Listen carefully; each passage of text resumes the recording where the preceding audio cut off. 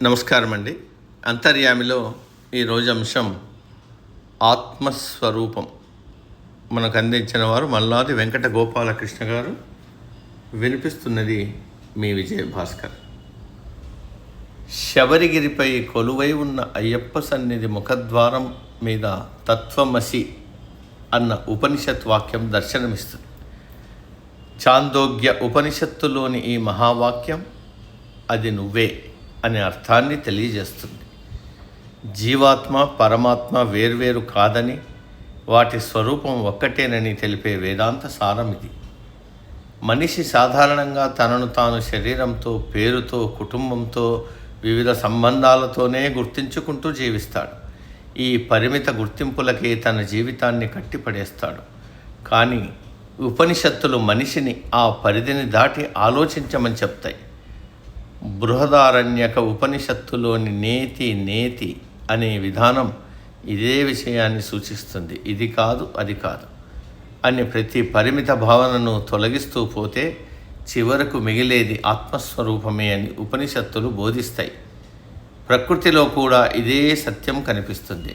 మేఘాలు కప్పివేసినప్పుడు ఆకాశం కనిపించనట్టే ఉంటుంది.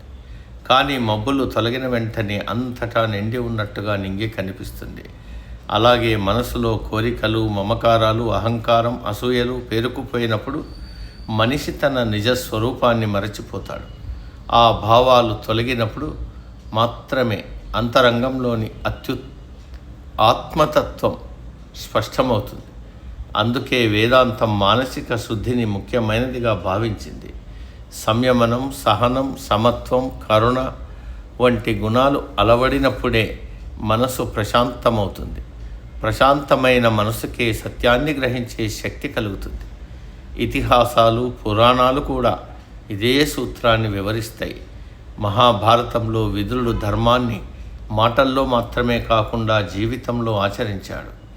అధికారమో సంపదో లేకపోయినా రాజసభలో ఆయన మాటకు అపారమైన గౌరవం ఉండేది. ఎందుకంటే ఆయన ధర్మానికి ప్రతిరూపంగా నిలిచాడు. భాగవతంలో సుఖమహర్షి జీవితం కూడా ఇదే ఆత్మజ్ఞానానికి ఉదాహరణ. లోకబంధాలను దాటి జీవించిన ఆయనకు ప్రపంచం భిన్నంగా కనిపించలేదు. అంతటా ఒకే చైతన్యం విస్తరించి ఉందనే అనుభూతి కలిగింది. సర్వే సర్వత్రా పరమాత్మతత్వమే గోచరమైనది. అందుకే ఆయనపై లోకంలోని ఆకర్షణలు, భయాలు ఏమాత్రం ప్రభావం చూపించలేకపోయాయి.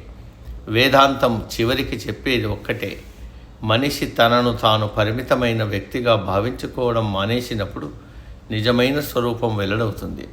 అప్పుడు నేను అనే భావం సంకుచిత గోడలను దాటి విశాలమైన చైతన్యంగా విస్తరిస్తుంది. భేద భావనలు కరిగిపోతాయి. సమత్వ దృష్టి కలుగుతుంది. అందుకే తత్వమసి అనే వాక్యం కేవలం ఒక శాస్త్రోక్తి కాదు.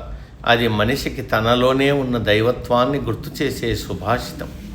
దాన్ని మదిలో నిలబెట్టుకున్న వారికి ప్రపంచానికి కొత్త అర్థం తెలుస్తుంది. ప్రతి జీవిలోనూ ఒకటే పరమసత్యం వెలుగులీనుతోంది అన్న అవగాహన కలుగుతుంది. అప్పటి నుంచే ఆత్మజ్ఞాన సముపార్జన ప్రారంభమవుతుంది. అక్కడి నుంచే జీవితం సార్థకమవుతుంది. సమాప్తం. సర్వే జన సుఖినో భవంతు.